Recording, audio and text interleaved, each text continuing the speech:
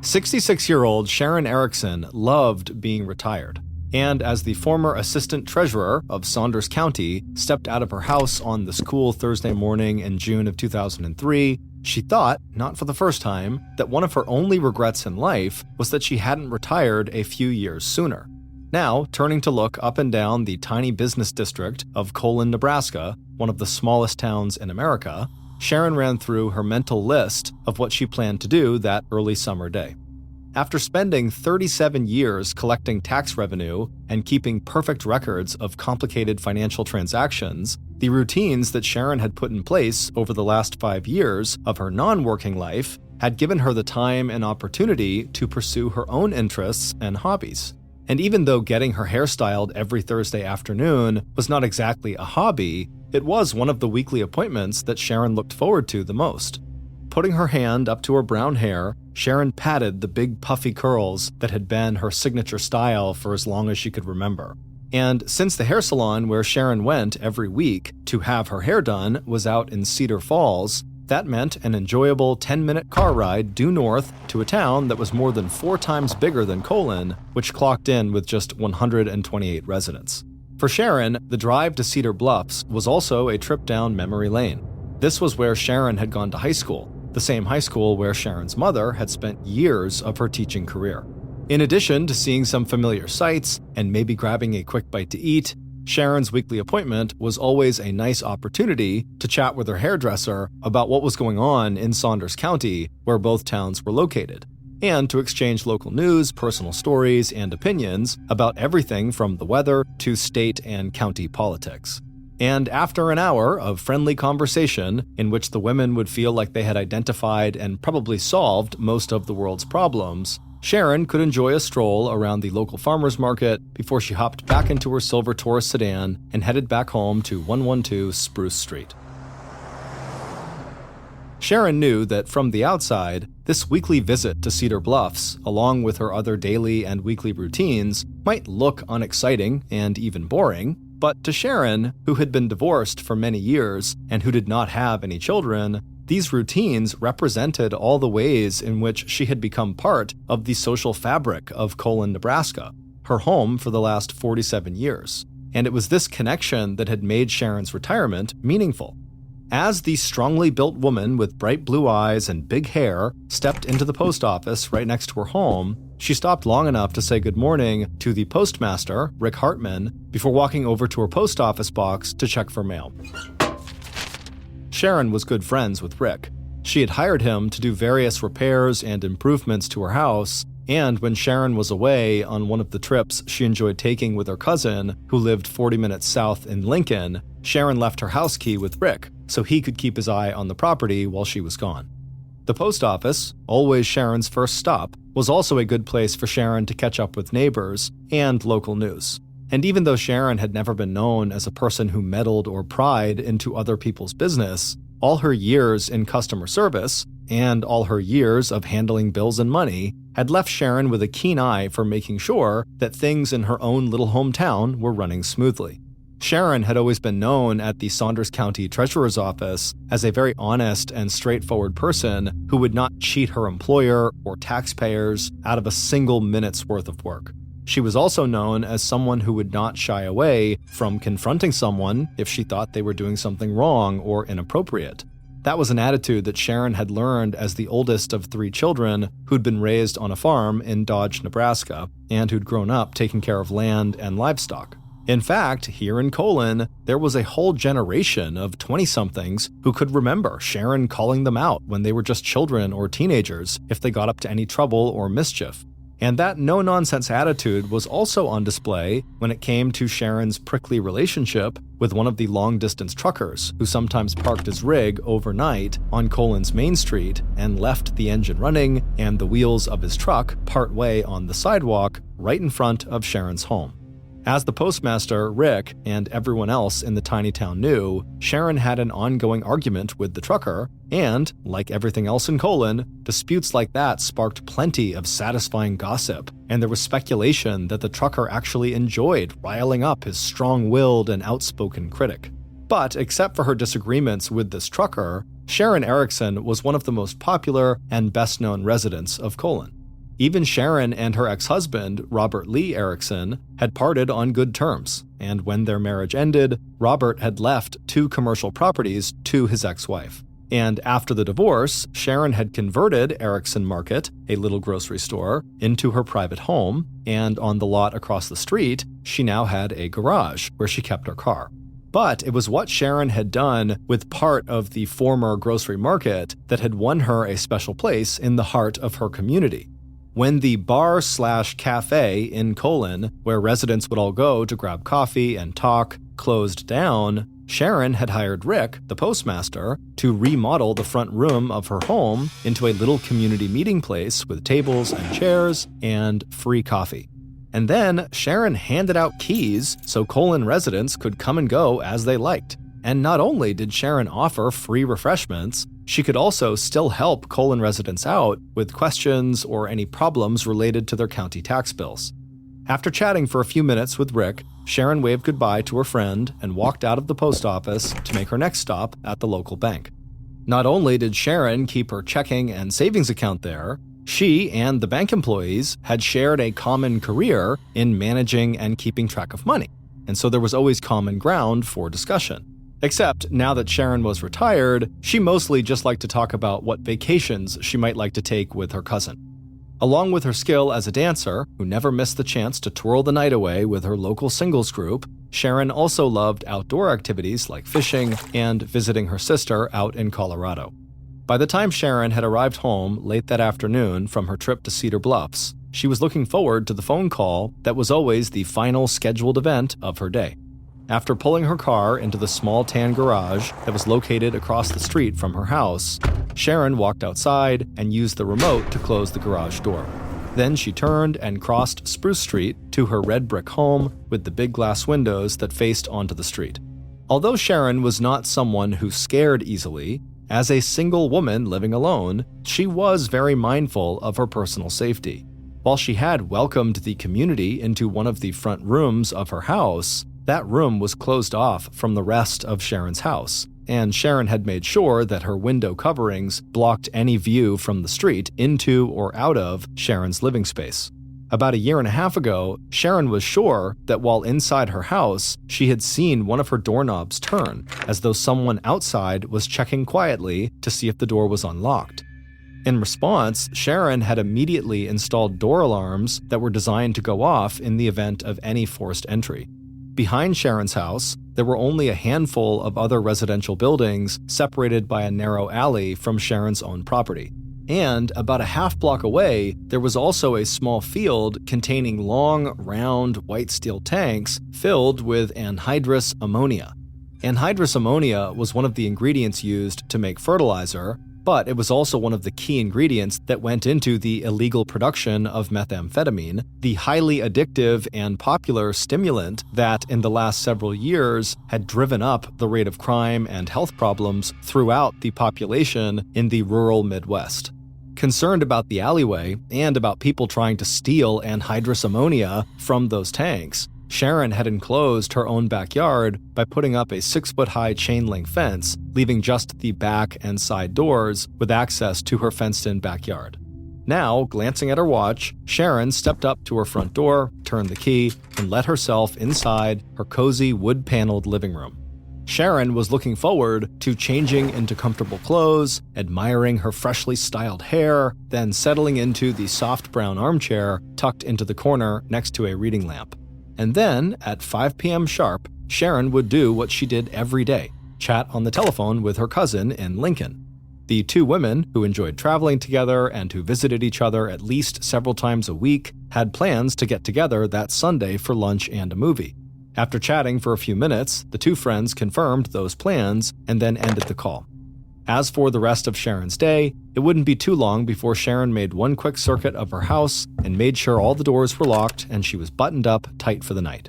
Not that Sharon expected any trouble. After all, if there was one person in Colon who knew all of her neighbors and practically everybody else in town, it was Sharon. To her, the little town of Colon was an open book, and a book with its ever-changing stories and secrets that Sharon never tired of reading. And besides, when it came to personal safety, Sharon had one more line of defense. tucked inside the drawer of her nightstand, right next to Sharon's bed, was a small Beretta handgun. It wasn't until the evening of Monday, June 30th, 2003, that Sharon Erickson's cousin in Lincoln picked up the phone and dialed the number for the state bank in Colon, where Sharon did her banking. Sharon and her cousin had spent the previous day, Sunday, having lunch together and watching a movie. When Sharon had left Lincoln at 4:30 p.m. that Sunday afternoon, the two friends had said goodbye and promised to talk again the next day, Monday, at the usual time, 5 p.m. But it was now nearly 6 p.m. on Monday, and Sharon was not picking up her phone, despite her cousin calling her over and over again. And Sharon's cousin could just not keep the concern out of her voice when she asked if anyone at the bank could just walk 2 doors down the street to Sharon's house and just make sure Sharon was okay. In a town as small as Colon, where residents were used to looking out for one another, this was not an unusual request. But even though 2 bank employees immediately made arrangements to step away from their workstations to go check on Sharon, given how little crime there was in this tiny town, they were not really that worried. All that changed when the 2 women reached the front door of Sharon's house and saw an unread morning newspaper lying inside the screen door. Along with the folded newspaper was a delivery of frozen food with a sticker indicating it had been left there at about 1 p.m. and a note, "Sorry I missed you," that suggested Sharon had not answered the delivery person's knock on the door. Even as their own knocks went unanswered, the 2 women from the bank were suddenly aware of the sound of a door alarm going off in the side or the back of the house. A minute later, and the women had called Sharon's friend and Colon's postmaster, Rick Hartman. Together, the 3 of them entered the unlocked front door to Sharon's house, their sense of neighborly concern quickly turning to worry and dread. One look into Sharon's empty bedroom, and that worry turned to fear. Sharon's bed was unmade, and on top of her nightstand, Rick saw an empty gun holster. The only other place left to search for their missing neighbor was Sharon's garage across the street. Grabbing the extra remote from its hook near the front door, it was only moments before Sharon's friends were watching the garage door slowly roll upward to reveal Sharon's silver Taurus. And there, right next to the car, lay the blood-spattered body of its owner, 66-year-old Sharon Erickson. And next to her body lay a small black Beretta pistol. By 7 p.m. on the evening of that Monday, June 30th, a little over 24 hours after Sharon had arrived home from her Sunday afternoon visit with her cousin in Lincoln, the street outside Sharon's home and garage was filled with flashing lights as sheriff deputies and medical personnel responded to the 911 call that Rick had made about 15 minutes earlier at 6:42 p.m. And right from the very start of the investigation into what had happened inside that garage, the town's postmaster did not hold back when it came to offering law enforcement his personal theories and observations. Even before the yellow crime scene tape was strung up around the perimeter of both properties, Rick Hartman was explaining to police that Sharon must have used the handgun that was found on the floor of the garage to commit suicide. Repeatedly ducking back under the crime scene tape to join officers clustered around Sharon's body, the postmaster would back up his theory by pointing out the fact that Sharon's own father had ended his life with a self-inflicted gunshot wound to the head back when Sharon was just 23 years old. But even a very quick examination of Sharon's body, laying face up on the floor and parallel to her car, was enough for investigators to rule out suicide. Because not only was the Beretta unloaded and showing no signs of having been recently fired, there was also a bloody footprint on the floor that did not belong to Sharon. And after visually inspecting the injuries to Sharon's body, it looked to police like whoever else had been in that garage hadn't shot Sharon. Instead, they had delivered a long and savage beating to one of Colon's best-known residents. Meanwhile, deputies who had done a sweep of Sharon's house across from the garage reported back that the phone line to Sharon's house had been cut. It also appeared that an intruder had climbed over Sharon's 6-foot-high fence and then used a chisel to break into Sharon's house through the side door, setting off the door alarms as well as the motion sensor alarms in the backyard. And even though Sharon's security system seemed to have worked, the actual alarms had not been loud enough for any of Sharon's neighbors to notice that Sharon's house had been broken into.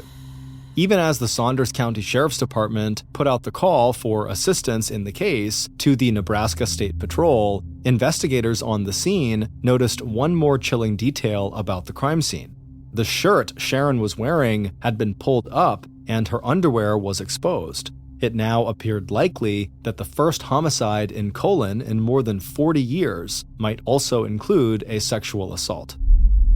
Within hours of discovering Sharon's body, crime techs were busy collecting and processing physical evidence from the house and garage on Spruce Street, and police had already begun fanning out around the tiny town of Colon to see if anyone heard or saw anything suspicious that might be connected to the murder. But wherever state and local police went, it seemed like the terrified residents of Colon had already heard about the brutal attack, and the town was already swirling with rumors and speculation. Was the killer someone Sharon knew, or a random stranger passing through town? Was this a burglary gone wrong? Was the murder somehow connected to Sharon's past and to her work at the county treasurer's office? And at the center of all the speculation, residents were asking themselves, what was it about Sharon Erickson that they didn't know?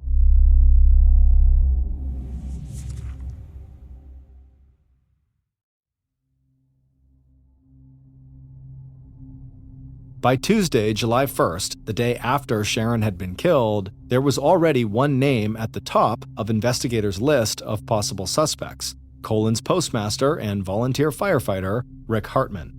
In the absence of a husband or romantic partner who might have had a personal motive for killing Sharon, Rick appeared to be an exceptionally close friend of Sharon's, someone Sharon had entrusted with a key to her house, and someone who had helped her with improvements to her property. Rick had also drawn suspicion to himself with his intense interest in what police were thinking and doing, and by repeatedly showing up near and even inside the marked-off crime scene areas.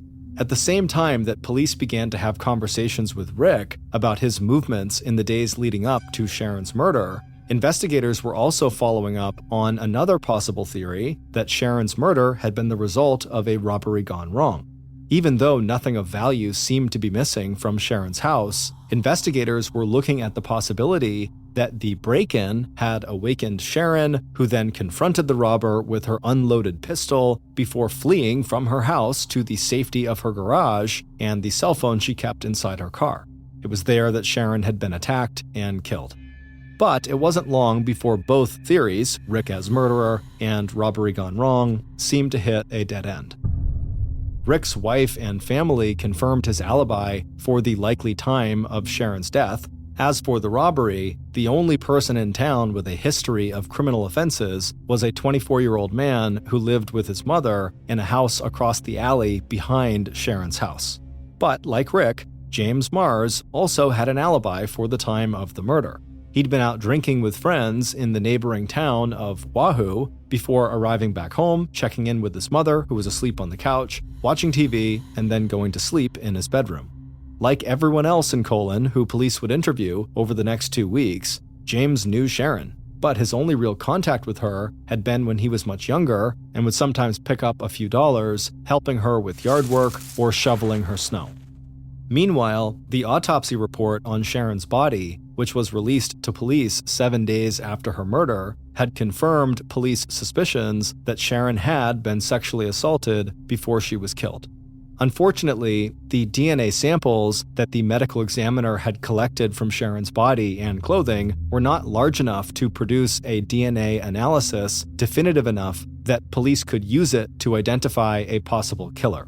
Police also came up short on other physical evidence. It appeared that the killer had not left any fingerprints or any trace of his own blood or tissue either inside Sharon's house or garage, or on the unfired gun that was found near Sharon's body. With James Mars and Rick Hartman on the back burner as suspects in this case, police turned their attention to 2 other possible leads. After hearing about the arguments that Sharon had had with the trucker who sometimes stopped over in Colon, investigators hopped into their service vehicles and drove throughout Saunders County, asking at gas stations and truck stops about a man with a red rig that had an eagle on its front license plate.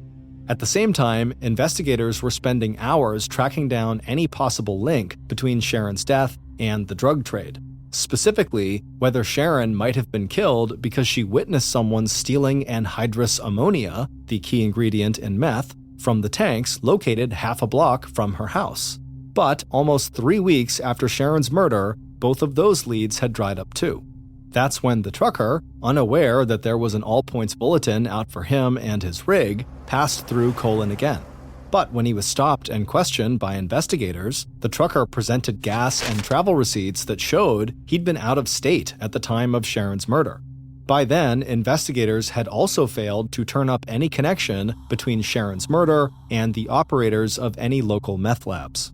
By late July, almost 7 weeks after Sharon's murder, state and local investigators were no closer to finding Sharon's killer than they had been on the evening her body had been found, sprawled out on the floor of her garage. And even as the residents of Colon were becoming more and more desperate for answers, the only thing detectives had left to do in a case that was quickly starting to go cold was to send the DNA evidence collected from Sharon's body and clothing to the crime lab at the Nebraska State University Medical Center for more advanced and sophisticated testing. Investigators also circled back to Colon's postmaster, Rick Hartman, raising the possibility that his alibi was not so solid after all. And as the cornfields surrounding Colon, Nebraska ripened over the course of that hot Midwestern summer, the rumor mill inside the little town had also heated up. And at the center of the gossip over Sharon's murder was speculation that Rick and Sharon had been having an affair that had somehow ended with Sharon's violent assault and death. And in October 2003, 4 months after Sharon's murder, investigators got a tip that put Rick right back in the #1 position on detectives' list of suspects. At a recent garage sale of Sharon's furniture and other belongings, Rick had made what police viewed as a strange and suspicious purchase. Colon's postmaster showed up at the estate sale and bought Sharon's mattress. When Sharon's sister had confirmed that sale to investigators, their first thought was that maybe Rick wanted to get rid of the mattress because it contained traces of his own DNA that could link him to Sharon and to her murder. After again denying any involvement and explaining that he bought the mattress for use in his family's spare bedroom, Rick finally agreed to provide police with his fingerprints and hair samples. He also agreed to take a polygraph test, but the results of that test were inconclusive. Still, with no hard evidence that linked Rick to the crime, investigators had to let Rick go and admit, at least for the time being, that their investigation into Sharon's murder had ground to a halt. It would be another 6 months after that interview and 10 months after the discovery of Sharon's body before investigators finally got the breakthrough in the Sharon Erickson homicide that they'd been hoping for. In April of 2004, detectives received a call from the Nebraska State Crime Lab. Using a single sperm cell they had found on Sharon's clothing, scientists at the state lab had been able to isolate a complete DNA profile of Sharon's presumed killer. And to the shock of everyone who had been involved in the investigation, that profile did not match the DNA submitted by the detective's #1 suspect, Rick Hartman. Still, the new evidence breathed life and hope back into the Sharon Erickson homicide investigation, and soon detectives were once again poring over every one of the 200 interviews and 500 pages that made up the case file to see if there was anything they might have missed back in the summer of 2003.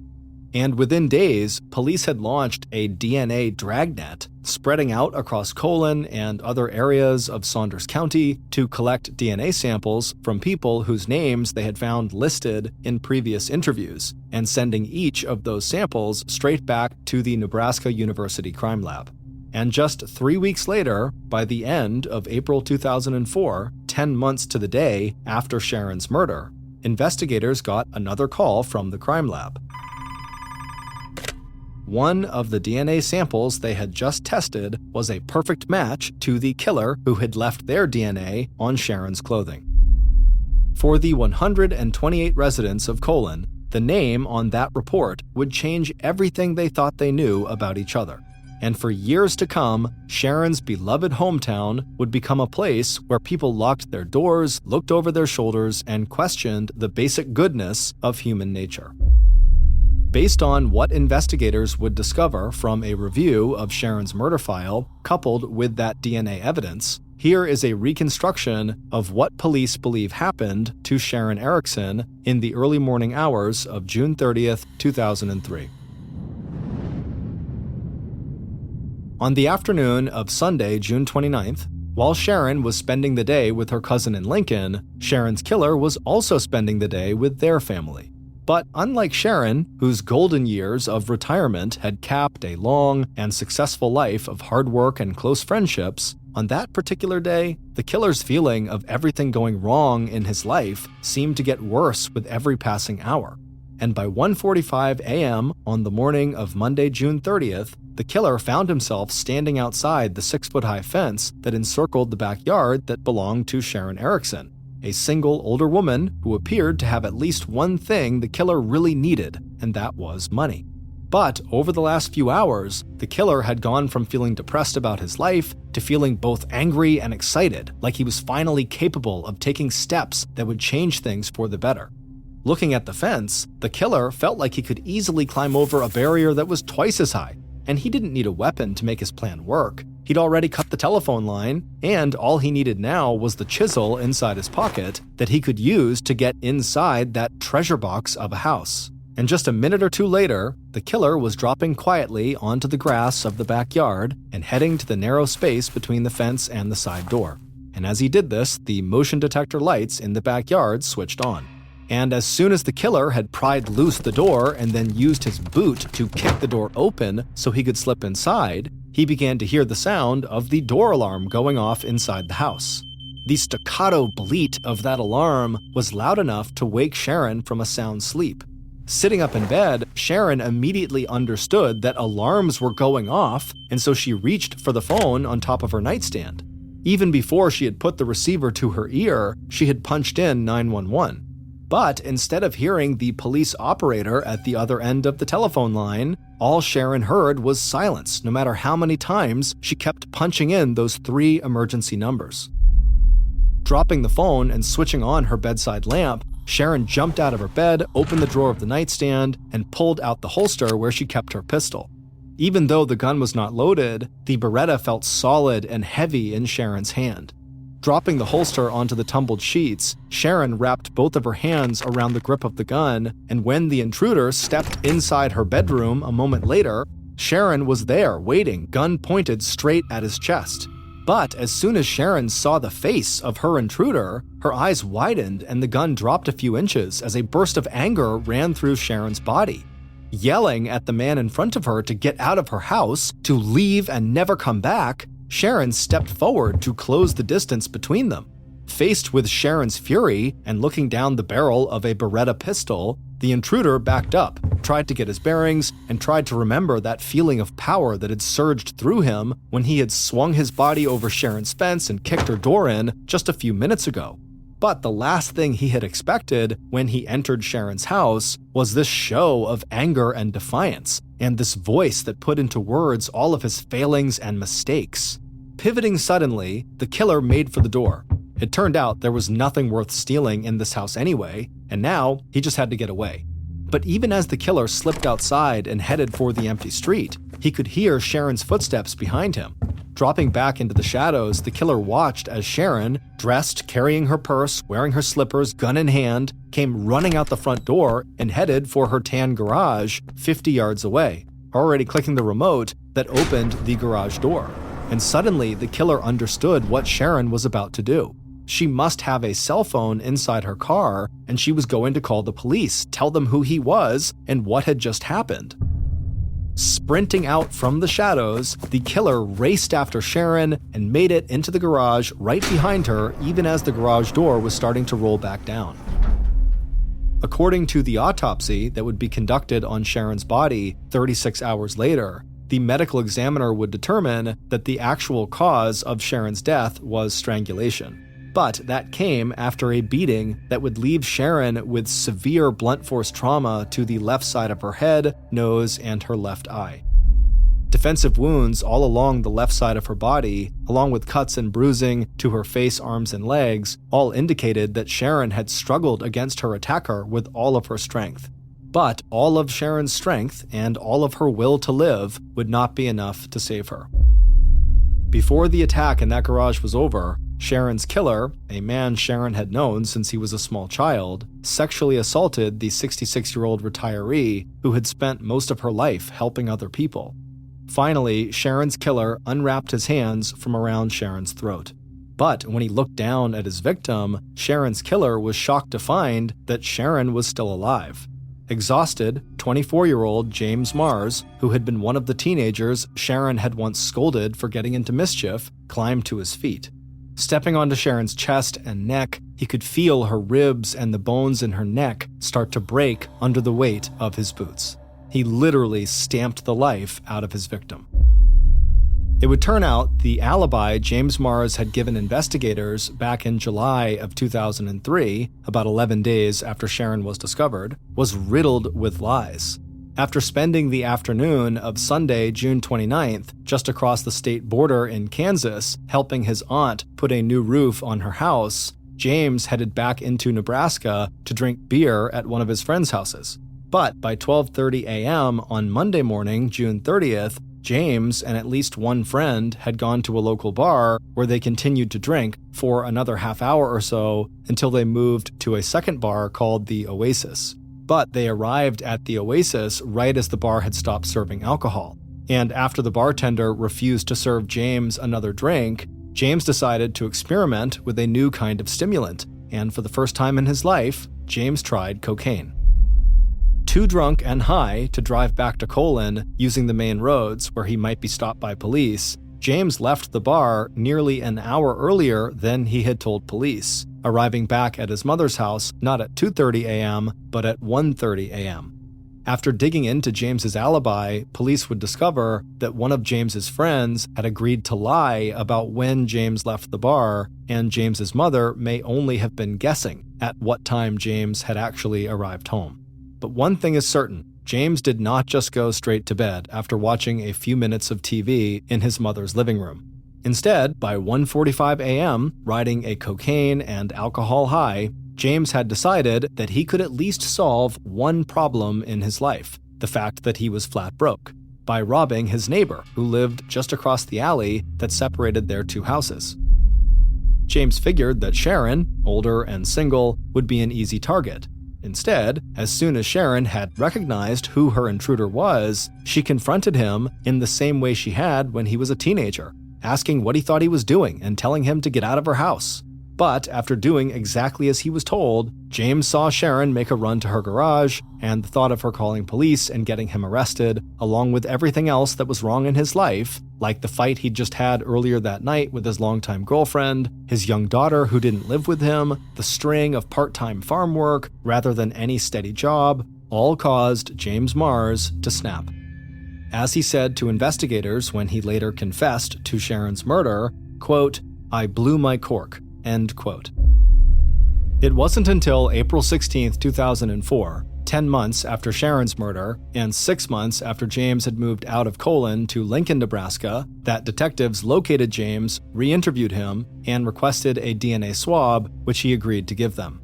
13 days later, on April 29th, James's DNA came back as a complete match to the sperm cell that was found on Sharon's clothing. 5 days later, on May 4th, 2004, James Mars was arrested and charged with first-degree murder. 3 months later, in August of 2005, James Mars avoided a jury trial by pleading guilty to a lesser charge of second-degree murder that he believed would come with a maximum sentence of 20 years in prison. Instead, in January of 2006, 3 years and 6 months after killing his next-door neighbor, James was sentenced to life in prison without the possibility of parole. Explaining the severity of the sentence, the judge told James, quote, "Nothing I can say or do to you today can repair what your actions have done. You've taken a loved one, terrorized your community, and placed residents under a cloud of fear and suspicion." End quote. 2015, 30-year-old mother of two, Lisa McKenzie, lived in what she called a safe neighborhood in Bridgend, Wales. One day when she was cleaning up her kids' toys in her backyard, she noticed something strange about her back door. She thought maybe one of her kids had taken paint and slapped it across the back door, or perhaps it was even mud. But then when she walked up to the door itself, she could tell that there were two very deep gouges in the door right next to the locking mechanism. Also, the key portion of the lock had loads of scratches all over it. Initially, she thought maybe these have been here the whole time and I just haven't noticed them until right now. But when she looked at the two gouge marks in the door, they looked fresh. Since she did not own a dog and didn't know of any other dogs in the area that might come into her property that could have scratched up the door, she figures, okay, it's gotta be my kids. So she calls her kids outside and she points at the marks on the door, and the kids swear they didn't do it. And they say, I don't remember ever seeing that. That's new. At this point, Lisa has this sinking feeling that someone must have tried to break into our house. But she doesn't want to scare her kids, so she tells them to go back in the house. They go inside and she's standing in front of the door and she's just looking at the marks thinking like, what do I do? And she notices in the bushes right next to the door, there's something silver sitting in the bush. She bent down and picked up a wire that she immediately recognized as a windshield wiper insert because she had recently had to replace her windshield wipers because one of the inserts was missing. She also noticed this wire that was very rigid had been bent up at the end like a hook. And it was at this point that Lisa went from maybe someone's trying to break in to definitely someone just tried to break in. They're using the wire from my windshield to try to defeat the lock. Lisa didn't make much money, but with the money she did have, she went out and got the most expensive, sophisticated surveillance camera that she could put on the back of her house to monitor that back door. And in addition to the camera, starting that night, Lisa began compulsively checking every door, every lock, every window, everything that could secure the house. She would check 3, 4, 5 times before going to bed every single night. And then the next morning, she would get up and she would review the footage from the night before. And for the next several weeks, no one tried to break into her house. There was no suspicious activity recorded on the camera. Everything was normal. Until Monday, July 13th, when she woke up and noticed her back gate, not her door, but the gate leading into her yard, was slightly open. Now, because she was obsessively checking every door, every window, every lock, that included that gate. Meaning the night before, she had triple checked that that gate was shut and locked. So for it to be open right now meant something had happened the night before. And so without even going outside, she goes right to her security camera footage, and she would say that what she saw made her physically ill. Earlier that morning at 1:15 a.m., an unknown man wearing a rain jacket and gloves walks up to the back of their house and puts his hands and his face right up against the window and starts looking in the window. And then he steps back, pulls a flashlight out, and starts looking in the kitchen with his flashlight, just brazenly looking in the house. And at some point, he puts the flashlight down and looks up and clearly notices the camera that she has installed. He looks at it for a minute and then just kind of shrugs and goes right back to shining his light into the kitchen before going around to the door itself and trying the door and fidgeting with the door to open it. It was locked. He goes to the window, he tries to open the window, it's locked. And he would make his way down the side of the house trying to open all of the windows until walking around to the back side of the house where there wasn't a camera. And then when he couldn't open any of the windows or doors because Lisa was diligent about locking everything, he must have just given up and left. Lisa's horrified. She gets in touch with police. She shows them the footage, but unfortunately, his face was kind of obscured in the video, and so they were never able to identify him. Here are the highlights from Lisa's security footage.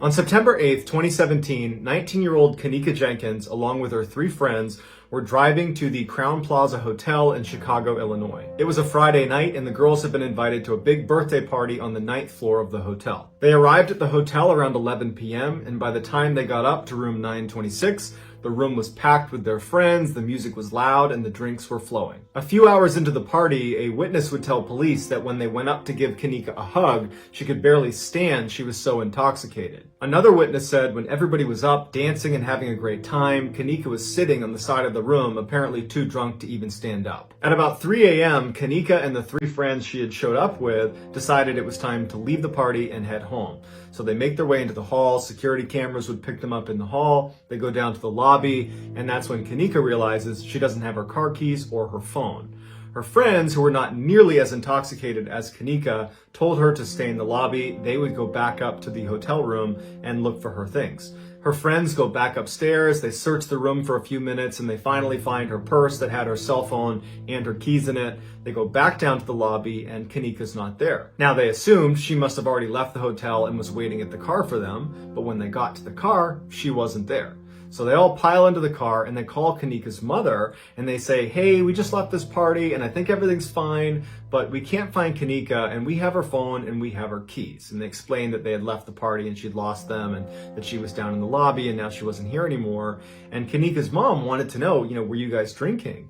And it was clear the friends were a little bit cagey about it. And they said, oh no, maybe a drink or two, but I'm sure she's fine. Everything's just fine. And Kanika's mom just felt like there's something off here. It's the middle of the night. You don't know where my daughter is. And so she said she was coming to the hotel and she was going to find Kanika. Kanika's mom arrives at the hotel around 5 a.m. And the first thing she does is she goes in and talks to the front desk manager and says, hey, my daughter was here. They were having a party up on the 9th floor and her friends can't find her. I'm sure she's fine, but would you mind using the security footage to show us where she went? Because we don't know if she left the hotel or if she's still here. Would you mind showing us the footage? And the hotel was totally unhelpful. They were like, well, we can't show it to you unless there's an official missing person report, which, by the way, is a complete fabrication. That's not true. They could have showed it to her. They just didn't want to.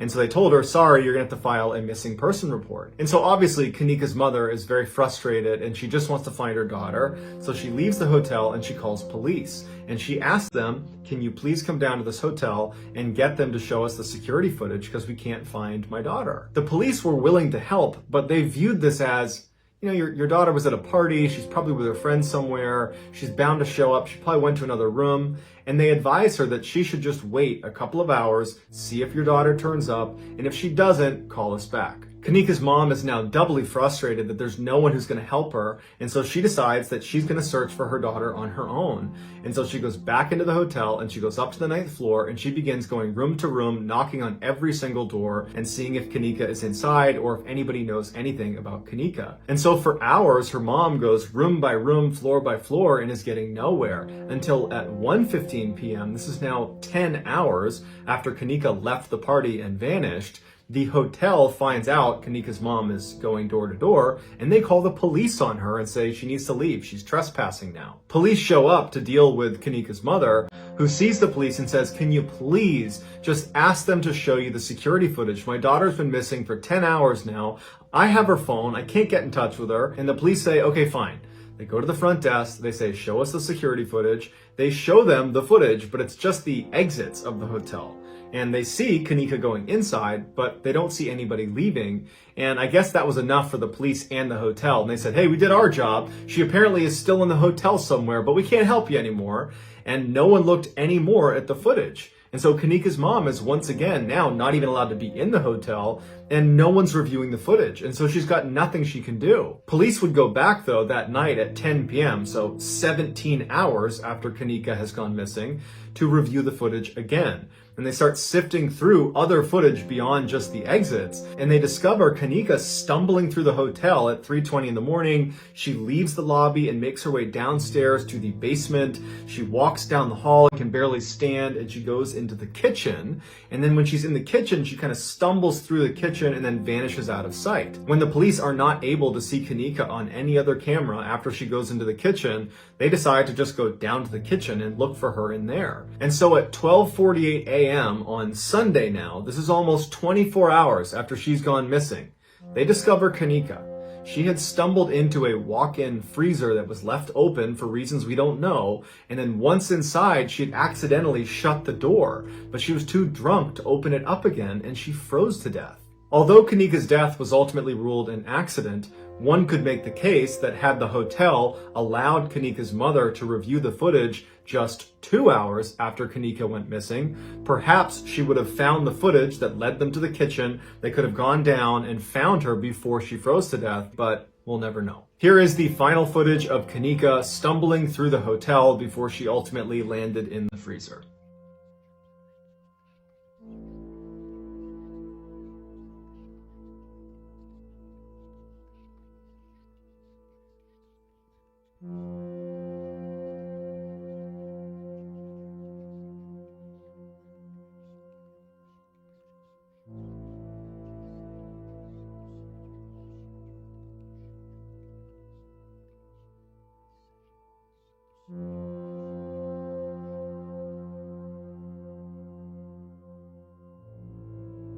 In the early 1970s, a man named Marshall Applewhite was fired from his music teaching job for having an inappropriate relationship with a male student. Shortly after, he admitted himself into a psychiatric institution where he met a nurse who worked there named Bonnie Nettles. Both had a deep interest in biblical prophecy, and Applewhite, after meeting Nettles, was convinced they had met in a previous life. Nettles agreed and took it a step further, saying extraterrestrials had come to her and preordained that she would someday meet Applewhite. The two did not have a romantic relationship at all. It was strictly platonic. They bonded over a desire to ascend to a higher level of existence and ultimately reach the kingdom of heaven. Applewhite began calling himself Bo, and Nettles became Peep, and together they would start an infamous cult known as Heaven's Gate. The premise of Heaven's Gate was that an alien spacecraft that they simply called the UFO was going to come to Earth and whisk away Heaven's Gate cult members,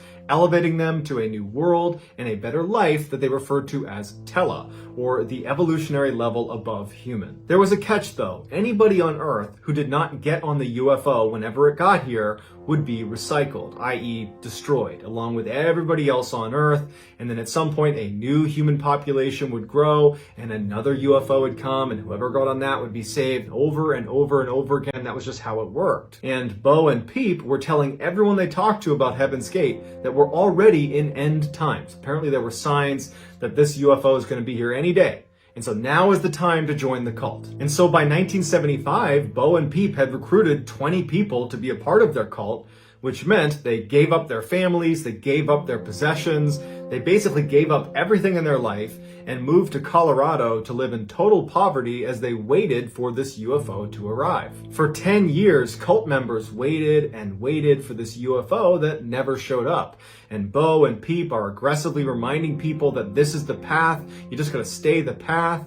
And then Peep unexpectedly died of cancer in 1985, which really screwed things up for the cult. In their doctrine, it was destiny that Bo and Peep would get on that UFO and make their way to Tela, the evolutionary level above human. That was their destiny. And now Peep has died on planet Earth. She did not get on the UFO. She did not ascend to Tela. She will not get to Heaven's Gate. Bo was devastated and horribly depressed, and it wasn't really clear what was going to happen to Heaven's Gate. But he composed himself and he began to tweak his messaging a little bit. Bo began telling his followers that Peep had in fact ascended to Tela.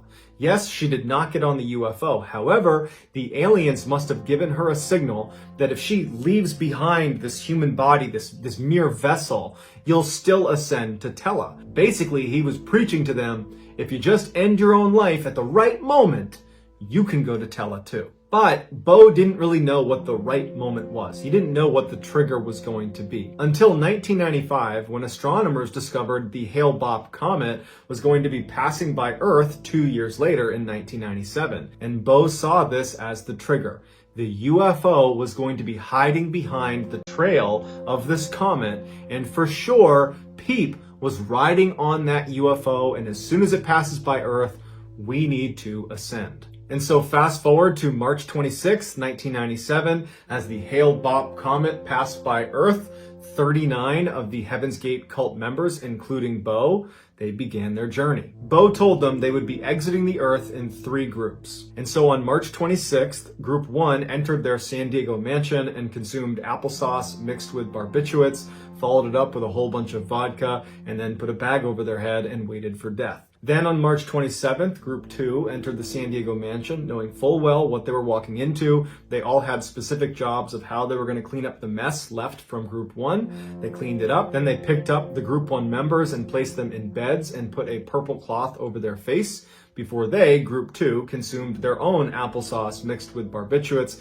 and put a bag over their head and waited for death. On March 28th, the 3rd group entered the San Diego mansion, and this included Bo, and they did the same cleanup as Group 2. They put the Group 2 deceased members in bed as well, and then they consumed applesauce and barbiturates, followed it up with vodka, bag over their head, waited for death. Bo had given special instructions to 2 of the members that were within that 3rd group to wait until he had exited Earth and take special care to put him in a specific bed, organized a certain way, and then when they consumed their own applesauce and barbiturates followed up with vodka, they should do that in their bed because they're the last 2. There's nobody else to move them. When a former cult member stopped by the San Diego mansion to check in on the cult, they went inside not knowing what they were up to and found all 39 cult members deceased, laying in bunk beds with identical black and white Nike running shoes on their feet with purple shrouds over their bodies, and they were all wearing matching armbands that read Heaven's Gate Away Team.